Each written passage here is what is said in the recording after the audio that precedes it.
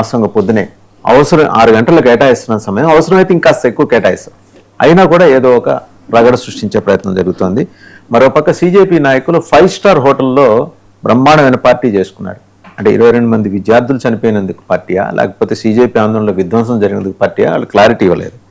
మూడోది, బంగ్లాదేశ్లో జగన్నాథ రథయాత్ర మీద దాడికి ఉగ్రవాదుల కుట్ర, భగ్నం చేసిన పోలీసులు. అక్కడ దాకా పాకింది విపరీతం. ఈ మూడింటి మీద మాట్లాడుకుందాం సార్. ముందుగా ఇప్పటిదాకా చూస్తే ఇది 6th డే అండి, కన్సిక్యూటివ్గా ఎడ్జన్ అవుట్ మధ్యాహ్నం 2ంటికి మళ్ళీ వాయిదా వేశారండి. మనం అనుకుందే ఇందులో కొత్తగా ఏం లేదు. పార్లమెంట్ సెషన్స్ జరగనీయకుండా చూడడం అనేది వాళ్ళు టార్గెట్ గా పెట్టుకున్నారు. సో పార్లమెంట్ సెషన్స్ లోనే చర్చ జరగాలి దీని గురించి అని, నీట్ అంశం మీద చర్చ జరగాలని అటు విద్యార్థులు లేదంటే సోనం వాంగ్చుక్ సహా సిజేపీ ప్రొటెస్టర్లు అందరూ కూడా ఒక డిమాండ్ పెట్టారు. కానీ ఆ డిమాండ్ ని నెరవేర్చే ప్రయత్నం ప్రభుత్వం చేస్తోంది. కానీ ఆ డిమాండ్ నెరవేర్చకుండా ప్రతిపక్షాలు అడ్డుకుంటున్నాయి అనేది ఇప్పుడు కనబడుతున్నటువంటి విషయం. సరే, విపక్షాల వాదన ఏముంది అని అంటే కనుక, సో ప్రస్తుతం మోదీ గారు దీనికి సంబంధించి క్షమాపణలు చెప్పాలి, లేదంటే అమిత్ షా వివరణ ఇవ్వాలి. ఇప్పుడు ఈ పర్టికులర్ విద్యార్థుల మీద జరిగిన లాఠీ చార్జు లేకపోతే ఈ విధ్వంసము దీని మీద ప్రభుత్వం నుంచి ప్రకటన రావాలనేది వాళ్ళ డిమాండ్. సరే, ఆ ప్రకటన చర్చలోనే వస్తుంది లిటరల్ గా మాట్లాడితే. ఆ పర్టికులర్లీ ఈ నీట్ అంశం గురించి మీరు ఇందాక చెప్పిన public examination prevention of unfair means amendment bill 2026 ఈ బిల్లుని ప్రవేశపెట్టారు పార్లమెంట్ లో. ఈ బిల్లు మీద చర్చ జరుగుతుంది. చర్చ జరిగినప్పుడే విద్యార్థుల సమస్యలు వస్తాయి, నీట్ కి సంబంధించినటువంటి అంశం వస్తుంది, అండ్ ప్రతిపక్షాలు మాట్లాడడానికి అవకాశం ఉంటుంది. ప్రతిపక్షాలు ఏం చెప్పాలనుకుంటున్నారో ప్రెస్ ముందుకు వచ్చి చెప్పడం కంటే పార్లమెంట్ సాక్షిగా చెప్పొచ్చు. రాహుల్ గాంధీ గారు కావచ్చు, మిగతా విపక్షాల నాయకులు అందరూ కూడా మాట్లాడడానికి అవకాశం ఉంటుంది. దానికి ప్రభుత్వం ఏం సమాధానం చెప్తుందో మనం ఖచ్చితంగా చూడాల్సిందే. వాళ్ళు డెఫినెట్లీ ప్రభుత్వం ఈరోజు ఒక్క రకంగా చెప్పాలంటే ఈ పర్టికులర్ ఉద్యమంలో ఇప్పుడు ఈ పార్లమెంట్ సెషన్స్ జరగకపోవడం అనేది నిజానికి ప్రభుత్వానికి మంచిది. ఇప్పుడు ఏం చేస్తున్నారంటే వీళ్ళు డిమాండ్స్ ఏంటండి, మేజర్ గా విద్యార్థులు చేసిన డిమాండ్స్ లో ముఖ్యమైన డిమాండ్ ఏంటి అని అంటే ధర్మేంద్ర ప్రధాన్ రాజీనామా చేయాలి. రాజీనామా చేశారు ధర్మేంద్ర ప్రధాన్. నెంబర్ 2, పార్లమెంట్ లో ఈ అంశం మీద చర్చ జరగాలి. చర్చ జరుపుతానంటున్నారు, జరపనివ్వట్లేదు. చెప్పారు 6 hours టైం కేటాయిస్తున్న స్పీకర్ అన్నారు పొద్దున. అవును, 6 hours ఇస్తాను, అవసరమైతే ఇంకా పొడిగిస్తాను కూడా అన్నారు ఆయన. కరెక్ట్ కావాలి, కరెక్ట్. విద్యార్థుల మీద కేసులు ఎత్తివేయాలన్నారు, ఎత్తివేస్తామని చెప్పారు. సో ఎందుకు దాడి చేశారో దాని మీద క్షమాపణలు చెప్పాలి, దాని మీద మీరు చేయాలి అని అంటే దీంట్లో అర్థం ఏంటి అని అంటే కనుక అసలు ఈ అంశం మీద చర్చ జరగకూడదు. సో ఇందులో స్ట్రాటజీ కూడా ఉంది, వ్యూహం కూడా ఉంది. విపక్షాలకు సంబంధించిన స్ట్రాటజీ ఏంటి, అధికార పక్షానికి సంబంధించిన స్ట్రాటజీ ఏంటో చెప్తాం. విపక్షాల స్ట్రాటజీ ఏంటి అని అంటే, ఇప్పుడు దీని మీద చర్చ జరిగింది అనుకోండి, పార్లమెంట్ లో చర్చ జరిగితే ఖచ్చితంగా ప్రధానమంత్రి రెస్పాండ్ అవుతారా, అమిత్ షా రెస్పాండ్ అవుతారా, లేకపోతే నిజంగా ధర్మేంద్ర ప్రధాన్ తోనే మాట్లాడిస్తారా, ఎంపీ అయినప్పటికీ కూడా. ఇప్పుడు యంగ్స్టర్స్ ని ముందు పెట్టి మాట్లాడించాలనేది బీజేపీ అనుకుంటోంది. యంగ్స్టర్స్ ఎవరు, భాన్సురి స్వరాజ్, సుష్మా స్వరాజ్ గారి కూతురు, అండ్ మరొక వైపు అటు తేజస్వి సూర్య, లేదంటే మన తెలుగుదేశం పార్టీకి సంబంధించి శ్రీకృష్ణ దేవరాయలు, ఈవెన్ రామ్మోహన్ నాయుడు గారు ఉన్నారు. యంగ్ ఎంపీస్ తోటి మాట్లాడించాలని బీజేపీ స్ట్రాటజీ పెట్టుకుంది. యంగ్స్టర్స్ తోటే మనం ఈ విషయం మీద మాట్లాడించాలి, అసలు యూత్ కి మనము రీచ్ అవ్వాలనేది బీజేపీ అనుకుంటోంది, లేదా ఎన్డీఏ ప్రభుత్వం అనుకుంటోంది. ఇంకా విపక్షాలు ఏంటంటే ఈ పర్టికులర్ అంశం మీద చర్చకు వస్తే, చర్చకు రాకుండా ఉన్నంతసేపు ప్రభుత్వం ఫెయిల్ అయింది అన్న ఆర్గ్యుమెంట్ నడుస్తోంది. చర్చకు వస్తే అధికార పక్షం నుంచి వచ్చే వాదనలు కూడా ప్రజల్లోకి వెళితే సో అది సబ్సైడ్ అవుతుంది. అంటే ఇంతకుముందు ఏంటి, ప్రభుత్వం ఫెయిల్ అయింది అన్న దగ్గర నుంచి ప్రభుత్వం ఫెయిల్ అవ్వలేదు, వీళ్ళు కూడా ఏదో చర్యలు తీసుకున్నారనే ఒక నేరేటివ్ ప్రజల్లోకి వెళ్ళడం ఇష్టం లేక విపక్షాలు అడ్డుకుంటున్నాయా తెలియదు.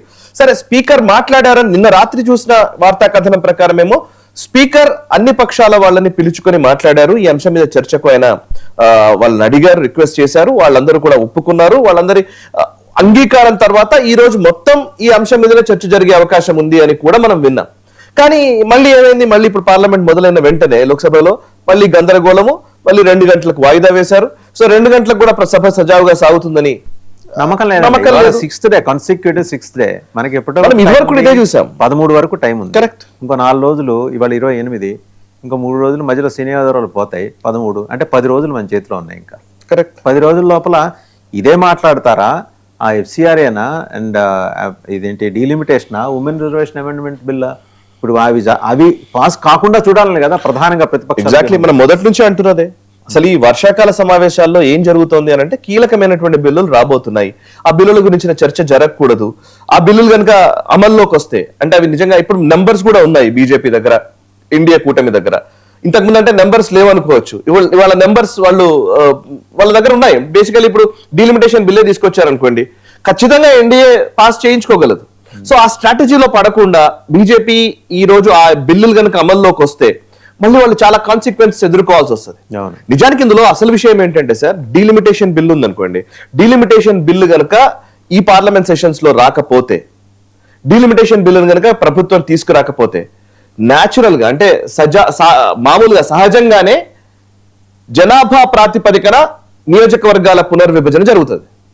జనాభా ప్రాతిపదికన నియోజకవర్గాల పెంపు లేదా పునర్విభజన జరిగితే అది దక్షిణాది రాష్ట్రాలకు ఖచ్చితంగా అన్యాయం జరుగుతుంది, రైట్? ఎందుకంటే డెఫినెట్లీ వాళ్ళు చెప్తున్న ఆర్గ్యుమెంటే, కుటుంబానికి సంబంధించి కుటుంబ నియంత్రణ మనం పాటించాము, వాళ్ళు పాటించలేదు అని చెప్తున్నారు కదా. సో ఇవాళ డీలిమిటేషన్ సంబంధించిన అమెండ్మెంట్ బిల్ చాలా అవసరం. ఇవాళ ఆ అమెండ్మెంట్ బిల్ తీసుకురాకపోతే, అంటే రాజ్యాంగం ఏం చెప్తుందో ఆ రాజ్యాంగాన్ని సవరించకపోతే రాజ్యాంగంలో ఏది ఉందో అదే అమలు చేయాల్సి వస్తుంది కదా. రాజ్యాంగంలో ఏముంది? జనాభా ప్రాతిపదికన నియోజకవర్గాల పెంపు అన్నారు. సో జనాభా ప్రాతిపదికన వెళితే సౌత్ ఇండియన్ స్టేట్స్ కి నష్టం. సో అమెండ్మెంట్ బిల్ ఖచ్చితంగా ఇప్పుడు ఇవాళ దక్షిణాది రాష్ట్రాలకు అవసరం. నిజంగా దీన్ని ఆర్గ్యుమెంట్ చూస్తే ఇప్పుడు దక్షిణాది రాష్ట్రాలకు అవసరం. నిజంగా ఇప్పుడు దక్షిణాదిలో ఉన్న దక్షిణాదిలో ఉన్న రెండు రాష్ట్రాల్లో కాంగ్రెస్ పార్టీ అధికారంలో ఉంది. 3 రాష్ట్రాల్లో ఇన్ఫాక్ట్ ఇప్పుడు కేరళ, కర్ణాటక, తెలంగాణ 3 రాష్ట్రాల్లో కాంగ్రెస్ పార్టీ అధికారంలో ఉంది. డీలిమిటేషన్ అమెండ్మెంట్ బిల్ రాకపోతే పాక్షికంగా తమిళనాడులో కూడా వాళ్ళ ప్రభుత్వమే, కూటమి ప్రభుత్వమే లిటరల్లీ మాట్లాడితే. ఒక ఆంధ్రప్రదేశ్ మినహా మిగతా 4 రాష్ట్రాల్లో వాళ్ళే అధికారంలో ఉన్నారు. సో వాళ్ళ డీలిమిటేషన్ అమెండ్మెంట్ జరగకపోతే, సవరణ జరగకపోతే దక్షిణాది రాష్ట్రాలకు నష్టం. దక్షిణాది రాష్ట్రాల్లో ఉన్న 3 నష్టపోయేది కాంగ్రెస్ పార్టీ. సో ఇప్పుడు అసలు లాజిక్ ని పక్కన పెట్టేసేసి కేవలం నినాదాలకే పరిమితం అవుతూ తీసుకెళ్తున్నారు. కానీ ఇంకొక అంశం, ఇప్పుడు FCRA చట్టం అది చాలా కీలకం. FCRA చట్టం అది అమెండ్మెంట్ తీసుకురావాలనేది వీళ్ళ ఆలోచన. FCRA వస్తే మనం ముందు నుంచి అనుకుంటున్నది, FCRA ఇప్పుడు కనుక అమెండ్మెంట్ అది బిల్లు రూపంలో వచ్చింది, అది కనుక ఇంప్లిమెంటేషన్ లోకి వస్తే క్రిస్టియన్ మిషనరీలు చాలా వరకు సమస్య ఎదుర్కోక తప్పదు. ఈ క్రిస్టియన్ మత మార్పిడి అనేది చాలా వరకు అడ్డుకట్టబడుతుంది. సో అదొక లాబీ. సో బేసికలీ కేరళకు సంబంధించిన లాబీ ఏమో దీన్ని పుష్ చేస్తున్నారు. FCRA చట్టం రాకూడదు, అది అమెండ్మెంట్ జరగకూడదు, ఇంకాస్త స్ట్రింజెంట్ యాక్షన్స్ తీసుకునే విధంగా రాకూడదు అనేది కేరళ నుంచి వస్తున్నటువంటి ముఖ్యంగా ఈ క్రిస్టియన్ లాబీ చేస్తున్నటువంటి ఒత్తిడి. ఇంకొక వైపు ఏమో ఈ డీలిమిటేషన్ సర్కసే చేస్తున్నారు విపక్షాలు. ఇక మూడవది ఈ పర్టికులర్ విద్యార్థులకు సంబంధించిన చట్టం, ఈ పబ్లిక్ ఎగ్జామినేషన్ కి సంబంధించిన చట్ట సవరణ. ఈ చట్ట సవరణ జరిగితే గనక, ఇది కూడా వస్తే రేపు పొద్దున ఏమవుతుందంటే ప్రభుత్వానికి స్కోరింగ్ పాయింట్స్ వచ్చే అవకాశం ఉంది. ఈ రోజున్న పరిస్థితుల్లో విద్యార్థుల చేతిలో ప్రభుత్వం ఫెయిల్ అయింది అన్న నేరేటివ్ నడుస్తోంది. ఫెయిల్ అయింది, ప్రభుత్వం ఓడిపోయింది అనే దగ్గర నుంచి ప్రభుత్వం కనుక వివరణ ఇచ్చుకునే పరిస్థితి వస్తే అది ఖచ్చితంగా వాళ్ళకి అడ్వాంటేజ్. బికాస్ బీజేపీ, మోదీ లేదా అమిత్ షా వాళ్ళ ఆర్గ్యుమెంట్స్ కానీ, వాళ్ళ నేరేటివ్ స్కిల్స్ కానీ, లేకపోతే ఆరేటరీ స్కిల్స్ కానీ ఇవన్నీ చాలా ఉంటాయి కాబట్టి చాలా స్పష్టంగా చెప్తారు, నంబర్స్ తో సహా చెప్తారు. యూపీఏ టైంలో ఏం జరిగింది, ఇంతకు ముందు ఏం జరిగింది, దానికి మేము ఏం చేశాము, కమిటీలు ఏం పెట్టారు. మీరు నేను